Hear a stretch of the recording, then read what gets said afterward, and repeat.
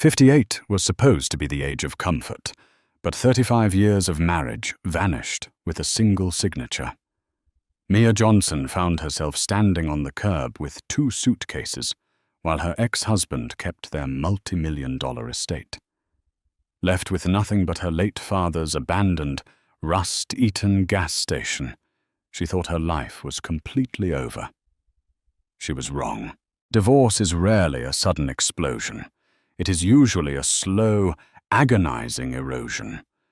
But for Mia Johnson, the end came with a brutal, blinding speed that left her breathless. For over 3 decades, she had stood beside Richard Caldwell, building a life, a family, and a massively successful logistics company from the ground up. She had handled the books in the early days, entertained clients, and sacrificed her own career ambitions to ensure Richard's ascent. Yet when Richard decided he wanted a new life and a new, much younger partner, he didn't just break her heart. He dismantled her financial security with the clinical precision of a surgeon. Richard had always been a master of corporate structuring. Over the years, he had quietly transferred the deed to their sprawling estate in Connecticut, their investment portfolios, and even their joint savings into a complex web of LLCs and offshore trusts.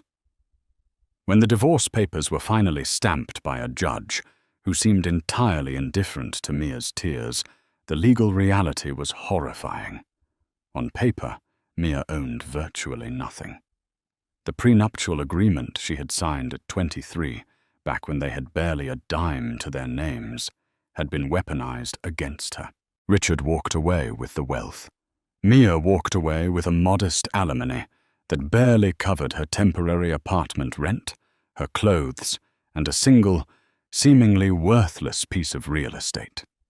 A derelict gas station on a forgotten stretch of Route 66 in New Mexico, left to her by her late father, Arthur Pendleton. Arthur had been a quiet, hard-working mechanic who passed away a decade prior. Mia had largely ignored the property, paying the minimal property taxes out of a sense of sentimental obligation.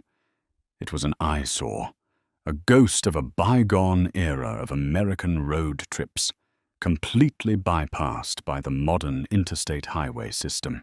With nowhere else to go, and her pride refusing to let her beg Richard for scraps, Mia packed her sedan.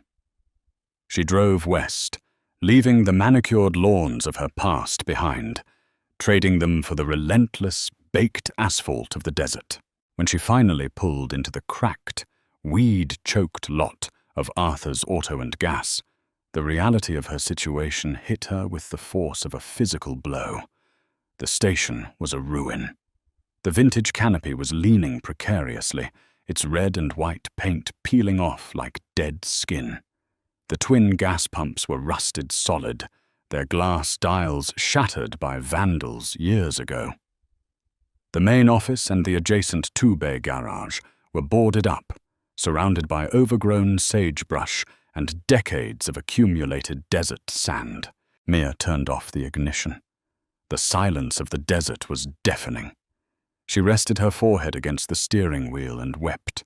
She cried for her lost youth, for the betrayal of the man she had loved, and for the sheer, terrifying loneliness of standing at the edge of the world with nothing to her name. But Mia Johnson was Arthur Pendleton's daughter, and Arthur had never tolerated self-pity. Wiping her eyes, she stepped out into the dry, scorching heat. She found the old rusted padlock on the front door. Using a crowbar she'd bought at a hardware store 2 towns back, she snapped the lock and pushed the heavy wooden door open. The air inside was stifling, smelling of old motor oil, dust, and mice. The interior was a time capsule. Her father's old wooden desk sat in the corner, covered in a thick blanket of grey dust. Old oil cans, faded calendars from 1988, and a heavy brass cash register remained exactly where he had left them. Mia spent her first night on a folding cot she brought with her, listening to the wind howl against the corrugated metal roof, wondering how she was going to survive. The next morning, the despair began to harden into a cold, diamond-hard resolve. If this was all she had, she was going to make it worth something. She didn't know the first thing about running a gas station, let alone restoring one, but she knew how to clean. She knew how to organize. For a week, Mia worked until her hands were blistered and her back ached.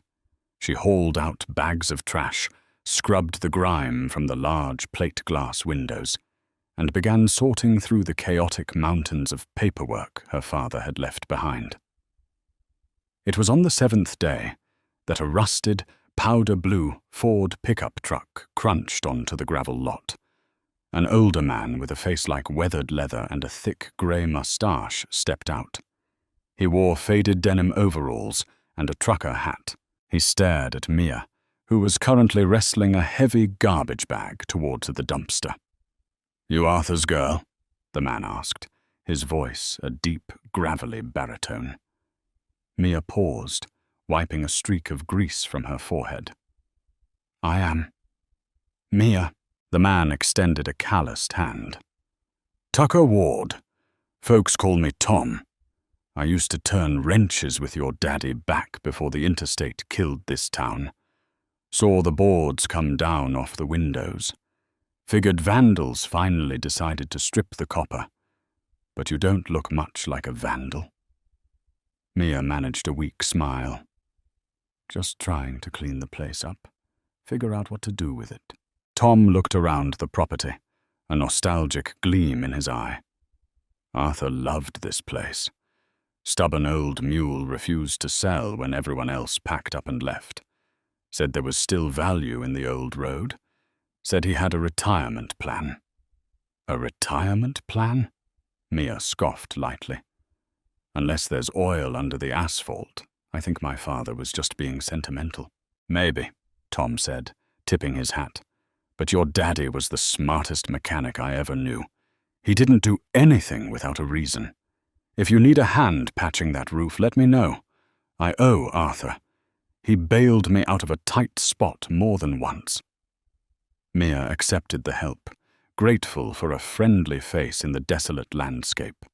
As she and Tom worked side by side over the next few weeks, the station slowly began to look less like a graveyard and more like a sleeping giant waiting to be awakened.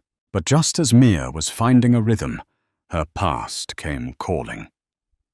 The ringing of Mia's cell phone shattered the quiet desert afternoon. She wiped her hands on a rag and looked at the screen. It was Richard. Her stomach tightened into a familiar, painful knot, but she answered it. "Mia." Richard's voice was as smooth and patronizing as ever. "I trust you're surviving your little rustic getaway." "What do you want, Richard?" she asked, her voice steady, refusing to give him the satisfaction of hearing her struggle. "I'm calling with a favor," he said.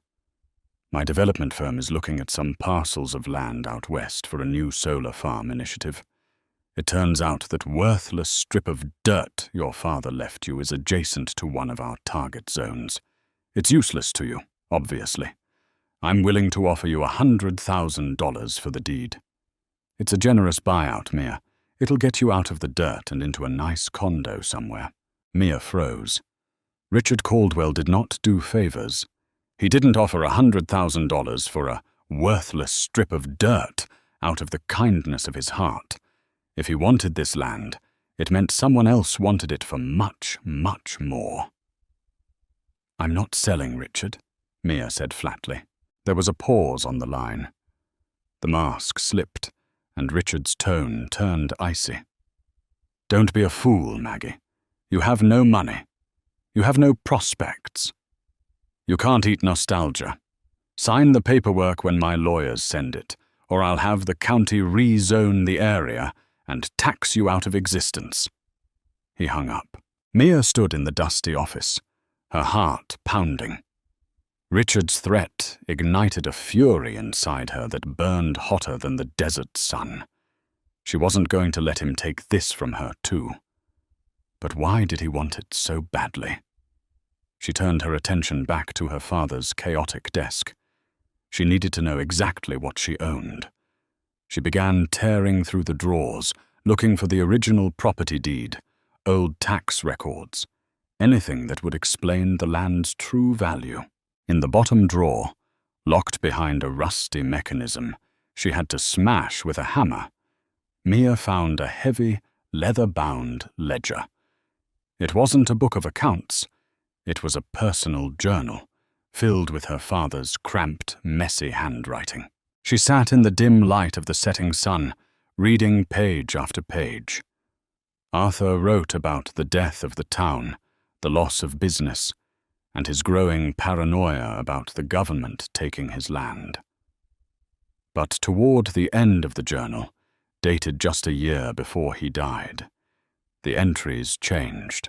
"They think it's just a junkyard," one entry read. "They think the old man lost his mind collecting scrap. But they don't know what I've been pulling out of the barns in the valley. They don't know what's sleeping under the concrete." Mia frowned. Under the concrete? She flipped the page. There was a hand-drawn schematic of the gas station. It showed the main office, the twin pumps, the two-bay garage on the surface. But beneath the garage, sketched in thick black ink, was a massive subterranean chamber. It was labeled the Vault. Mia's pulse quickened. She grabbed a flashlight and ran out to the two-bay garage. Tom had gone home for the evening, leaving her entirely alone. She pushed open the heavy wooden garage doors. The space was filled with old tires, rusted tools, and empty oil drums. The floor was a solid slab of cracked, oil-stained concrete. She walked over the surface, stamping her boots heavily, listening. Most of it sounded like solid earth. But when she reached the far back corner, near a rusted-out hydraulic lift, the sound changed. It became hollow. A deep, resonant thud. Mia dropped to her knees, shining the flashlight over the concrete. It looked seamless, but as she brushed away decades of grease and dirt, she noticed a faint, perfect square cut into the slab, about 4 feet wide. In the center of the square was a heavy iron ring, folded flat into a recess in the stone. She grabbed the ring and pulled. It wouldn't budge. It was sealed tight by years of grime and sheer weight. Mia didn't sleep that night. When Tom arrived the next morning at dawn, carrying a thermos of coffee, he found Mia waiting for him with a massive crowbar and an industrial winch she had dragged out of his own tool shed. "What in God's name are you doing, Maggie?" Tom asked, eyes wide. "My father built something down here, Tom," she said, her voice shaking with adrenaline. "Help me open it." Tom looked at the square in the concrete. He took off his hat and wiped his brow. "I'll be damned. The old rumor was true." "What rumor?" "Arthur always used to joke that his real life's work wasn't pumping gas," Tom said, hooking the winch cable to the iron ring. "He said he was building a time machine. We all thought he was just drinking too much whiskey." Together, they cranked the winch. The metal groaned in protest. For a terrifying second, Mia thought the cable would snap. Then, with a deafening crack that sent dust billowing into the air, the heavy concrete plug lifted. A rush of stale, cool air hit their faces. Mia grabbed her flashlight and peered down into the darkness. There was a sturdy steel ladder descending into a pitch-black abyss. "I'm going down," Mia said, not waiting for Tom's objections. She climbed down the ladder, her boots echoing in the massive subterranean space. When her feet hit the floor, she shined the beam of her flashlight around the room. It was huge, easily 3 times the size of the garage above it, reinforced with heavy steel beams and cinder-block walls, and in the center of the room, covered by massive, heavy canvas tarps, sat 3 enormous silhouettes. Mia walked toward the first one. Her hands were trembling. She grabbed the edge of the dusty canvas and pulled it back.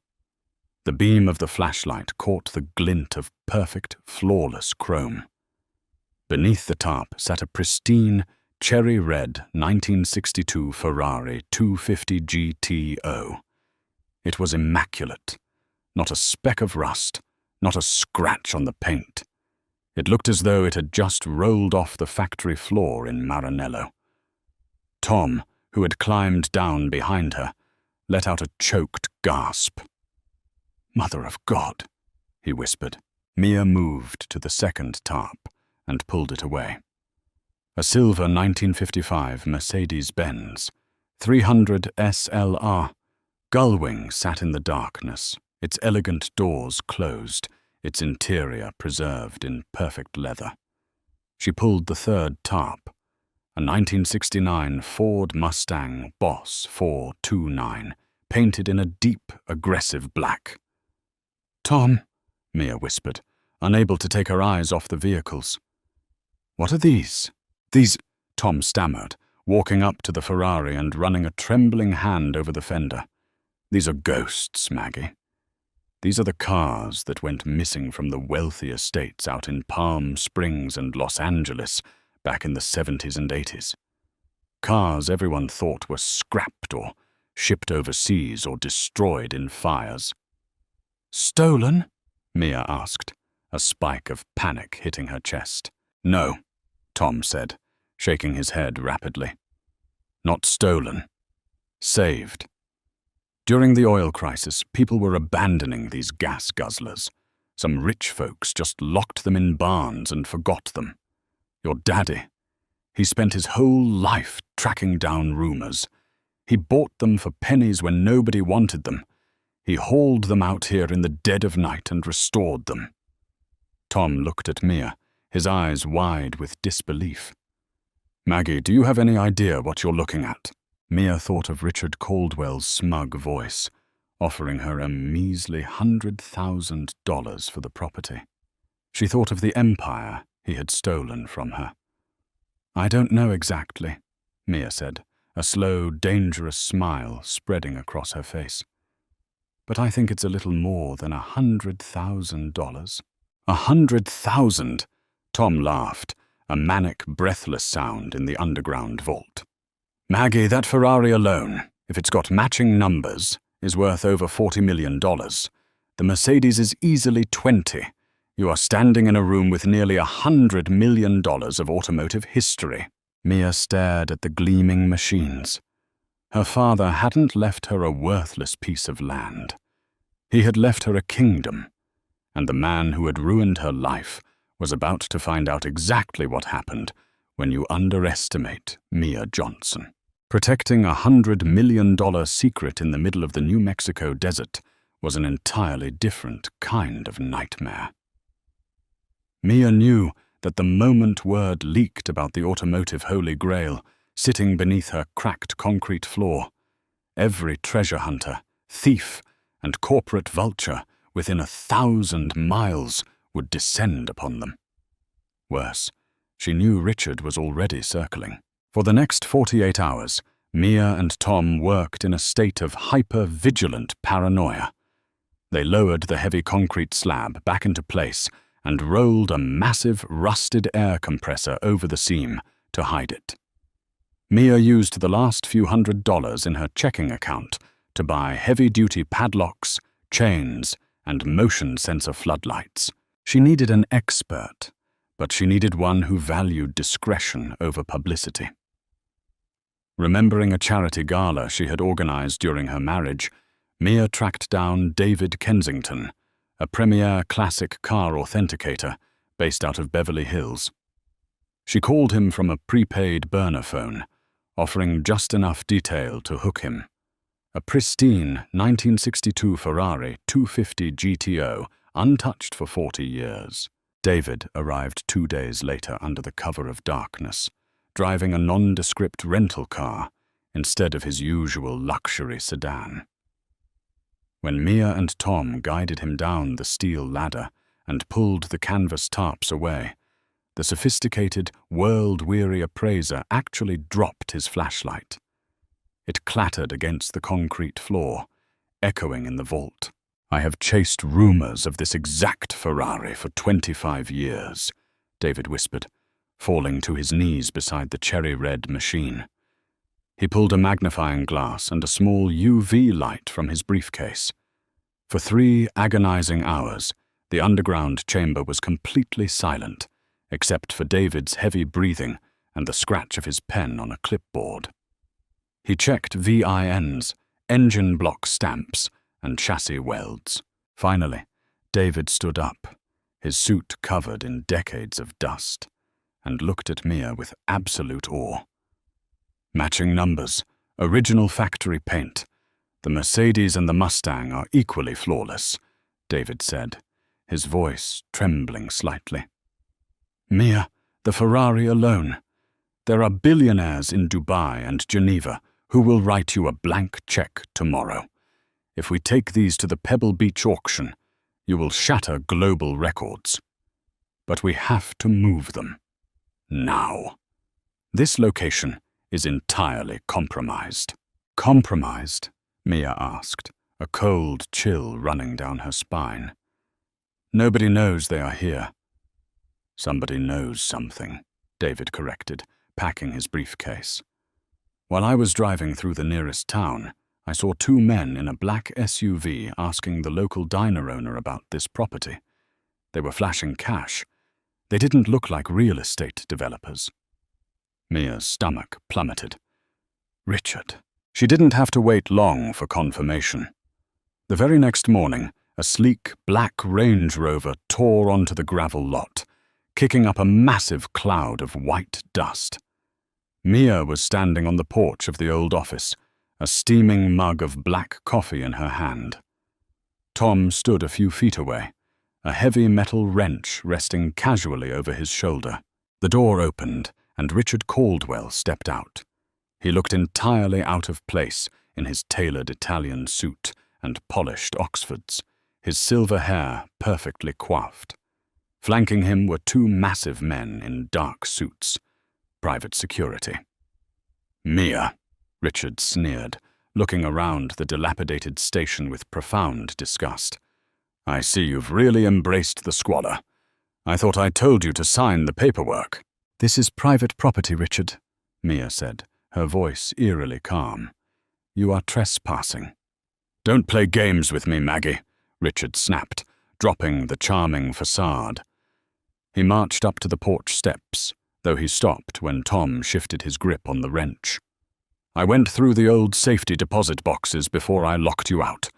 I found your father's old letters. I know he buried something valuable out here. Gold bars, cash. Whatever it is, I want it." Mia stared at the man she had loved for 35 years. He was greedy, arrogant, and entirely blind to his own impending destruction. "There's no gold here, Richard," she said truthfully. "You're lying," Richard barked. "I'm giving you one last chance. Sell me the deed for 100,000, or I will tie you up in litigation until you are entirely bankrupt. I will claim that this property and whatever is on it is a marital asset that you actively concealed during the divorce proceedings. I will crush you." Mia took a slow sip of her coffee. "You are welcome to try, Richard. But you should know my father despised you. He wouldn't leave a single rusty nail for you to steal." Furious, Richard turned to his security team. "Tear the boards off the garage. Let's see what she's hiding." "Take one more step," Tom growled, stepping in front of the garage doors, "and I'll introduce your kneecaps to this tire iron. The local sheriff is my brother-in-law, and he doesn't take kindly to city boys harassing our women." Richard stopped. He glared at Mia, his face turning a dangerous shade of crimson. "This isn't over, Mia. I have a team of corporate lawyers who will rip this dirt patch out from under your feet. You have nothing." He spun on his heel, got back into the SUV, and sped away. As the dust settled, Mia turned to Tom. Her hands were finally shaking, but not from fear. It was pure, unadulterated adrenaline. "Call David," Mia commanded, her eyes blazing. "Tell him to send the enclosed transport trucks tonight. We are moving the cars to Los Angeles." The legal assault began exactly 3 days later. Richard made good on his threat, filing a massive emergency injunction in a California court to freeze all of Mia's assets, claiming she had fraudulently concealed marital wealth. He demanded immediate ownership of the New Mexico property and its contents. What Richard didn't know was that the contents were already gone, safely locked in a highly secure, climate-controlled vault in Beverly Hills, awaiting the most prestigious classic car auction in the world. Mia didn't hire a cheap local attorney this time. Armed with a massive line of credit secured against the authenticated Ferrari, she hired the most ruthless, feared litigator in Los Angeles, a woman named Catherine Vance, who specialized in destroying arrogant billionaires. When the court date arrived, Richard strutted into the courtroom like a conquering emperor. His legal team carrying boxes of documents. Mia sat quietly beside Catherine, wearing a stunning, tailored navy suit she had bought the day before. She looked powerful. She looked reborn. "Your Honor," Richard's lead attorney began, "my client is the victim of gross financial deception. The defendant concealed high-value assets on a property that by all rights should have been evaluated and divided during the dissolution of their marriage." The judge, a stern-faced man, looked over his glasses at Mia's table. "Counsel, what is your response?" Catherine stood up, projecting absolute confidence. "Your Honor, Mr. Caldwell's claim is not only baseless, it is legally comical. Mr. Caldwell himself authored and ruthlessly enforced an ironclad prenuptial agreement during the divorce. Article 4, Section 2 of his own document explicitly states that any inherited property and any assets derived from or housed within that property belong solely and completely to the inheriting spouse, immune from any marital division." Richard's smug smile faltered slightly. He leaned over and furiously whispered to his lawyer. "Furthermore," Catherine continued, pulling a pristine folder from her briefcase, "the assets in question, 3 classic automobiles, were never owned by Arthur Pendleton personally. They were owned by a blind trust, established in 1982, naming Mia Johnson as the sole, irrevocable beneficiary upon her 58th birthday. They were never marital assets. They never touched the joint accounts. And because Mr. Caldwell insisted on total financial separation to protect his own wealth, he legally barricaded himself from hers." The color completely drained from Richard's face. "Cars," he choked out, standing up in the middle of the quiet courtroom. "What cars?" Catherine turned to him with a lethal smile. "A 1962 Ferrari, 250 GTO, a 1955 Mercedes 300 SLR, and a 1969 Boss 429 Mustang, valued collectively at over $95 million. The courtroom erupted into shocked whispers. Richard collapsed back into his chair, gasping for air as if he had been physically struck. $95 million. He had thrown away a fortune just to keep his Connecticut mansion. "But, Your Honor, there is one more matter," Catherine said, raising her voice over the din. "In filing this fraudulent injunction, Mr. Caldwell submitted his full financial disclosures to the court to prove he was the injured party. In reviewing these documents, my forensic accounting team found massive discrepancies. It appears Mr. Caldwell has been using a network of illegal offshore shell companies to hide his own assets from the IRS, effectively committing tax fraud on a federal level. Richard's lead attorney immediately slammed his laptop shut and began packing his briefcase, whispering frantically to his client. The trap had closed. By trying to steal Mia's hidden treasure, Richard had walked right into the light, exposing his own criminal empire. The judge slammed his gavel. "Injunction denied, and Mr. Caldwell, I strongly suggest you retain criminal counsel.